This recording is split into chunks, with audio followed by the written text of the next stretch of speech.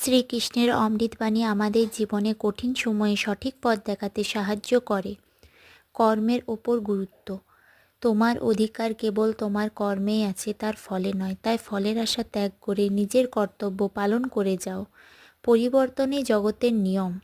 পরিবর্তন এ সংসারের নিয়ম। যা আজ তোমার, কাল তা অন্য কারো ছিল এবং পরশু তা অন্য কারো হয়ে যাবে। ক্রোধ ও পতন। অধিক ক্রোধ মানুষের বিচার বুদ্ধি নাশ করে, আর বিচার বুদ্ধি নাশ হলে অধঃপতন ঘটে। মন নিয়ন্ত্রণ। যিনি নিজের মনকে জয় করতে পেরেছেন, মন তার সবচেয়ে বড় বন্ধু। কিন্তু যিনি তা পারেননি, মন তার সবচেয়ে বড় শত্রু। ভয় ও দুশ্চিন্তা ত্যাগ।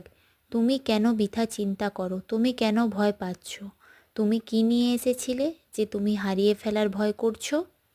আত্মার অমৃত। আত্মা কখনো মরে না। অস্ত্র তাকে কাটতে পারে না, অগ্নি তাকে পোড়াতে পারে না এবং জল তাকে ভেজাতে পারে না।